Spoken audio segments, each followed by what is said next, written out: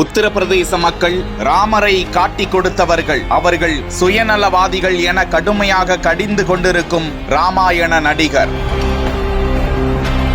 பாஜக ஆண்ட தேசமான உத்தரப்பிரதேசத்தில் கைவிட்ட அயோத்தி பாலராமர்.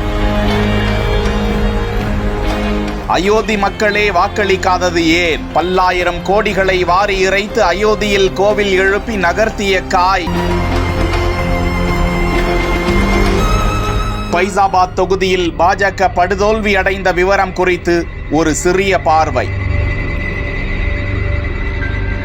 இந்திய நாடாளுமன்றத்தின் மக்களவைக்கு 80 உறுப்பினர்களை அனுப்பும் மிக முக்கியமான அரசியல் மாநிலம் உத்தரப்பிரதேசம். 2019 ஆண்டு தேர்தலின் போது மொத்தமுள்ள 80 இடங்களில் பாஜக கூட்டணி 62 இடங்களை கைப்பற்றியிருந்தது. அது பாஜக தனி பெரும்பான்மை பெறுவதற்கு காரணமாக அமைந்த மாநிலம். உத்தரப்பிரதேச அரசியலில் யோகி ஆதித்யநாத்தின் முந்தைய வெற்றி அவரை பாஜகவினரால் மிக முக்கிய ஆளுமையாக பார்க்கப்பட்ட நிலையில் அவர் உத்தரப்பிரதேசத்தில் உள்ள ஃபைசாபாத் மக்களவை தொகுதியை ஒரு கட்டத்தில் அயோத்தி என்றே அழைக்கப்படும் என்று அறிவித்திருந்தார். அங்கு ராமர் கோவில் பல ஆயிரம் கோடியில் கட்டப்பட்டு அது இந்தியர்களின் செல்வாக்காக மாறும் என அந்த கட்சியினர் ஆருடம் கூறி வந்தனர். உலகளவில் திரும்பி பார்க்கும் அளவிற்கு பிரம்மாண்ட விழா நடத்தப்பட்டது. உலக தலைவர்கள் தொடங்கி சூப்பர் ஸ்டார் ரஜினிகாந்த் உள்ளிட்ட ஆயிரக்கணக்கான நட்சத்திரங்கள் கலந்து கொண்ட அந்த திருவிழாவில் சில சங்கராச்சாரியார்களின் எதிர்ப்புகளுக்கிடையே மோடியே பிராண பிரதிஷ்டை செய்து முன்னின்று பூஜைகளை செய்து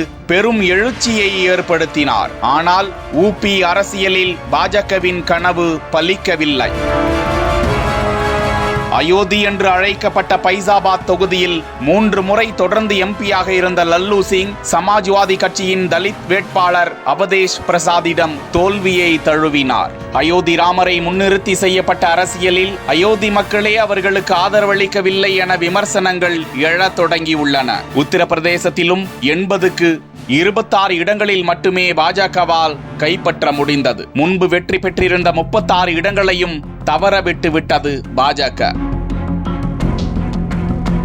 இந்த நிலையில் உத்தரப்பிரதேச மக்களை கடிந்து கொண்டிருக்கும் ராமாயண தொடரின் சீரியல் நடிகர் சுனில் லக்ரி ராமாயணத்தில் சீதாதேவி கடத்தப்பட்டதையே உத்தரப்பிரதேசத்தில் சிலர் சந்தேகப்பட்டனர். கடவுளை மறுத்தவர்கள் அவர்கள். அயோத்தி மக்கள் அப்போவே ராமர் என்னும் மன்னனை காட்டிக் கொடுத்தவர்கள் என்றும் அவர்கள் சுயநலவாதிகள் என்றும் கடுமையான காட்டத்தை தெரிவித்திருக்கிறார். இதுபோன்று பலவாறு உத்தரப்பிரதேச மக்களை பலரும் விமர்சித்து வரும் வேளையில் ராமர் கோவில் அமைந்துள்ள ஃபைசாபாத் தொகுதியின் வெற்றியே இந்தியா சொல்லும் செய்தி என மதுரை எம்பி சு வெங்கடேசன் உள்ளிட்ட பலரும் எதிர் விமர்சனங்களை தெரிவித்து வருவது குறிப்பிடத்தக்கது.